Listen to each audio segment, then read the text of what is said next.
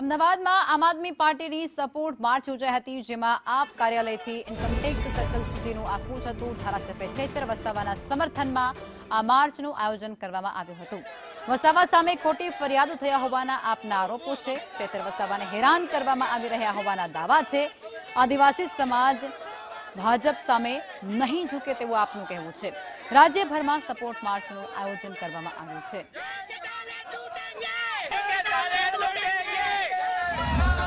આપણે જોઈએ છે કે સમગ્ર દેશમાં એજન્સીઓનો દુરુપયોગ કરીને કેવી રીતે આમ આદમી પાર્ટી હોય કે અન્ય પાર્ટીઓના નેતાઓને જેલમાં મોકલવાનું ષડયંત્ર થઈ રહ્યું છે. એવી જ રીતે ગુજરાતમાં આમ આદમી પાર્ટીના આદિવાસી સમાજના લડાયક યુવા નેતા ચૈતરભાઈ વસાવા, કે જેને તમામ વર્ગના પ્રશ્નો ઉપાડ્યા છે, તમામ વર્ગના પ્રશ્ને લડત લડી છે, એમને જેલમાં મોકલવાનું કાવતરું કરવામાં આવ્યું છે. આના પહેલાં પણ એમને જેલમાં મોકલવામાં આવ્યા હતા. એટલા માટે આજે ચૈતરભાઈ વસાવાના આમ આદમી પાર્ટીના લડાયક આદિવાસી યુવા ધારાસભ્યના સમર્થનમાં આજે સમગ્ર ગુજરાતમાં આમ આદમી પાર્ટી દ્વારા એક માર્ચ એટલે કે પદયાત્રાનું આયોજન કરવામાં આવ્યું હતું.